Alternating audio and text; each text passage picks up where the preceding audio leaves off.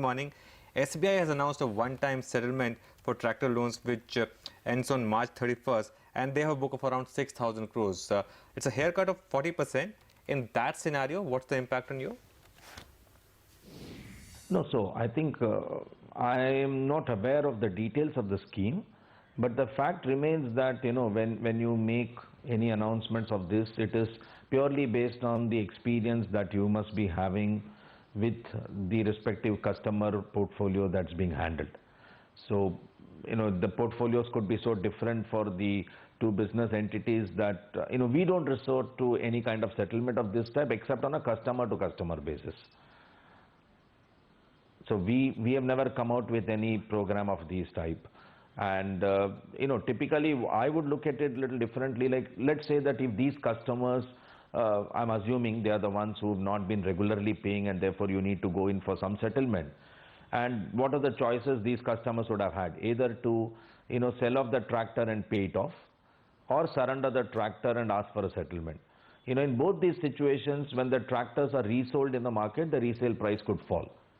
But if the same customer is allowed a settlement, which means the customer continues to use the tractor, in a way you actually are able to protect the resale price of the tractor, which is good for the industry and good for everyone else who's in the financing system. Okay, so you see a positive in that. Let's come to the demand scenario. All companies witnessed a fall in demand during those two demonetization months. How is the rebound? Are you back at October levels? No, so as far as, tractor particularly, fortunately they had finished their season before demonetization and therefore they didn't have to go through the pressure. And then in this round, once again, as you see between March, April, we do expect that the demand will come back to some kind of a normalcy because the crops have been good, the prices have been good, and the cash flows have improved from November to now. Even though there was a delay in getting their money in November, December, I think most of the farmers have sold off their crop. At least the first one they have sold off January, they got money from Mandi. I think the next crop is on sale between February and March. By end of March, most of it would get sold off. So I would think the farm sentiments are kind of back to normal with good crop and the money coming back, and therefore the volume should return.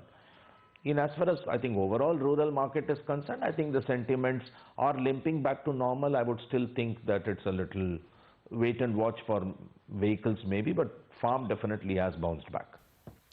Okay, by the way, there's some news on Ashoka Buildcon. They won a project which has a cost of about 1,187 crores. Stock is up about 3.5%.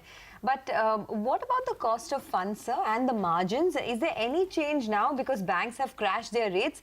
How is your cost of funds and your margin shaping up compared to a year ago?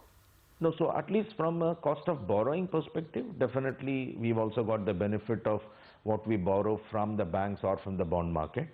And there has been at least a 50 basis point correction. But of course, not all liability were due for correction. So therefore, the full effect of the 50 basis point would not kick in. But definitely a downward trend has been seen in the last couple of months. And we have, at least the fresh borrowings are coming at 50 basis point cheaper. AUM is divided almost equally, give or take a bit, between commercial vehicles, tractors, cars, autos, and used CVs. Now, there is a bias, I guess, towards cars and autos. Which of these are showing growth and by how much? So one is, of course, cars are registering growth, and for us it's from two reasons. One, of course, Maruti is doing well also in the rural market, so we get benefit of their volumes. And since we are also financing all other models, a little of everything adds up to our number. So therefore, cars is one that we see. We also clearly saw, at least the last 3 or 4 months, tractor has contributed to some kind of a growth for us because the industry did well and we got the benefit of the volume.